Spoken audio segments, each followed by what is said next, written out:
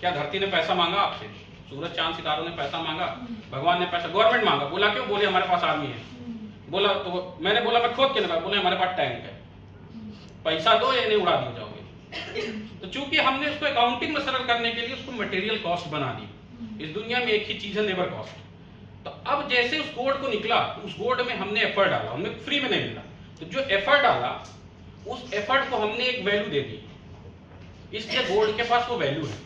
और दुनिया में मैक्सिमम करेंसी गोल्ड पे है, गोल्ड से लिंक है कि जितना गोल्ड हमारे रिजर्व में, अभी मैं प्रीवियस बात कर रहा हूं कि नहीं, जैसे मैं जितना गोल्ड मेरे पास है मैं उतनी ही करेंसी प्रिंट कर सकता हूं और उतनी करेंसी दे सकता हूं। अब इसके बाद आप देखेंगे कि जो हमारा 1834 है, यदि किसी को दिक्कत मैं इंग्लिश में पढ़ दूंगा।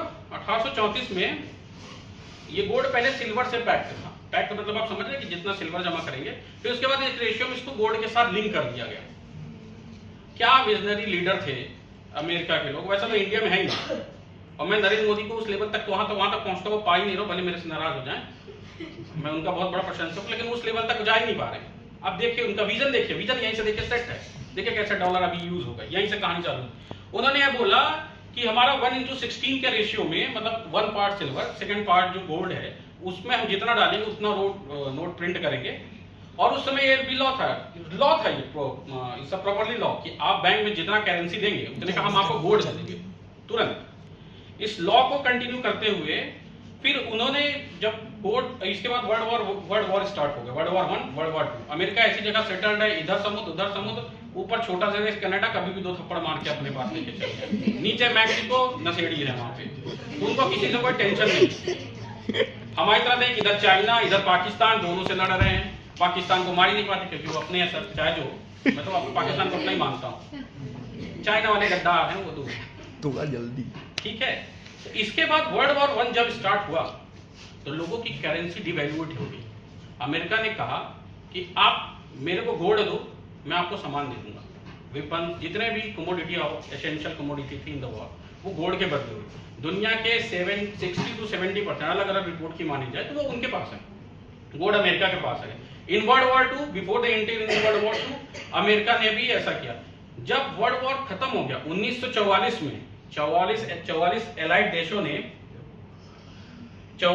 देशों ने एक पैक्ट साइन किया जिसको बोस्टन बोलते हैं, बोस्टन एग्रीमेंट, कि हम रिजर्व करेंसी मानेंगे किसको? डॉलर्स को, क्योंकि डॉलर्स, अभी याद करिए, डॉलर्स गोल्ड से पैक्ड है। फिर एक मिनट, ये स्लाइड पे दोबारा, डॉलर जो अभी भी, फिर इसके बाद रिचर्ड निक्सन साहब आए, जैसे नरेंद्र मोदी ने डीमोनेटाइजेशन कर दिया, उन्होंने बोले डॉलर को हमने पैक्ट बंद कर दिया, डॉलर को हमने गोल्ड से पैक्ट कर दिया, डॉलर इज अ फ्री। इसका सबसे रिसेंट एग्जांपल जो दुनिया में एक बहुत बड़ी तबाही था, जब यूएस का जो टोटल डेब्ट था, जिसको बोलते हैं वो टोटल डेब्ट, जिसमें नेशनल इंटरगवर्नमेंट, वो 28 ट्रिलियन था। बाइडेन साहब को पैसा चाहिए था, उन्होंने कहा कि हम 1 ट्रिलियन का कॉइन प्रिंट करेंगे। 1 ट्रिलियन का कॉइन, 1 ट्रिलियन मतलब समझ रहे हैं, 3 कॉइन हो गए, 3 सिक्का जेब में लेके चलो, भारत की पूरी अर्थव्यवस्था, इतना 1 ट्रिलियन का कॉइन। उन्होंने फिर वो भी देखा कितने होशियार, बोले जमीन पे, लोग बोलता है कि हम जमीन पे कॉइन नहीं बिल्ड, उन्होंने कहा हम हेलीकॉप्टर से हवा में छाप देंगे।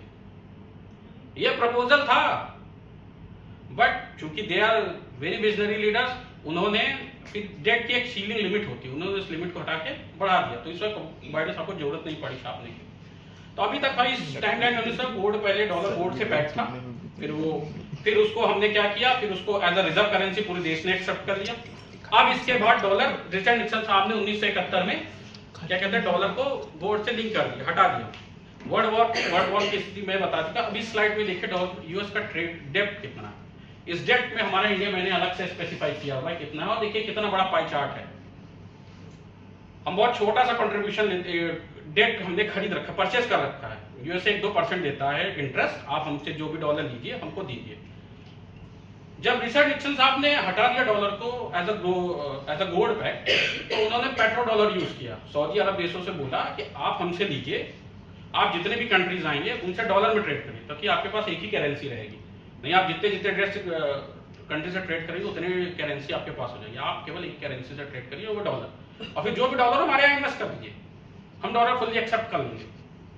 तो मतलब पैसा भी मेरा पैसा, मेरे को कर्ज भी दे रहा हूँ, मैं उसमें एक छोटा सा इंटरेस्ट दे रहा हूँ। और ये इसका एग्जांपल है यूएस का, देखिए डेट कितना है, पढ़ो कोई, 30 ट्रिलियन More और than आज 30 के डेट में trillion, 33 trillion, more than 30 trillion, बहुत बड़ा 33 amount है। ट्रिलियन 3 बार इंडिया की इकोनॉमी इसमें आ जाए, 11 बार। Sorry 10 more than 10 times. अभी तो हम 4 के करीब पहुंच रहे हैं। अब बात करते हैं कि ये कर कैसे रहा है। यदि आप दादा हैं और आपके पास 10-12 एरिया हैं तो आप हर एरिया में अपना एक छोटा दादा नियुक्त कर देंगे। जैसे मंदसौर को मैंने इलाहाबाद का दे दिया कि जाओ इलाहाबाद राज करो, मंदसौर को रूरल कर दिया। जैसे मनसबदारी अकबर ने मनसबदारी निकाली कि आप रेवेन्यू भी कलेक्ट करो और एडमिनिस्ट्रेशन भी देखो। वैसे अमेरिका का ये देखिए कमांड सेंटर है, बैठे हैं सब पेंटागन में, पेंटागन उनकी बिल्डिंग है, पेंटागन में बैठे हैं लेकिन वो रूल कर रहे हैं पूरा वर्ल्ड।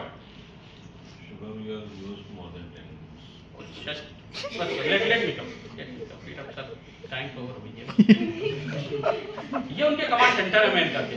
जिस दिन मैं जाना मैंने तो मेरे पौधे जमीन की सलग खसक गई कि भैया ये उनके कमांड सेंटर। और आयरनी देखिए इंडिया कहाँ है, इंडिया अलग ये इंडो पैसिफिक जोन में है एंड मिडिल ईस्ट अपना अलग जोन है। जिन कंट्री ओपेक कंट्री, रशिया को छोड़ दिया, थोड़ी अफ्रीकन कंट्री को छोड़ दिया, सारी ओपेक कंट्री वही है जिनको मिडिल ईस्ट। ये देखिए last side US Indo Pacific, ये देखिए दिखाई दिया कहाँ। और ये उनके कमांड सेंटर जो अभी करंट में उनके कमांडर हैं, ये उनके कमांड सेंटर है। USA operate 11 aircraft carrier, 11 aircraft, वो भी सारे न्यूक्लियर पावर्ड।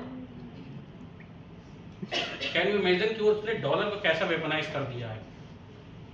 अब चूंकि टाइम तो ओवर ही हो गया, नहीं तो बहुत सारी कहानी में बताता। And thank you.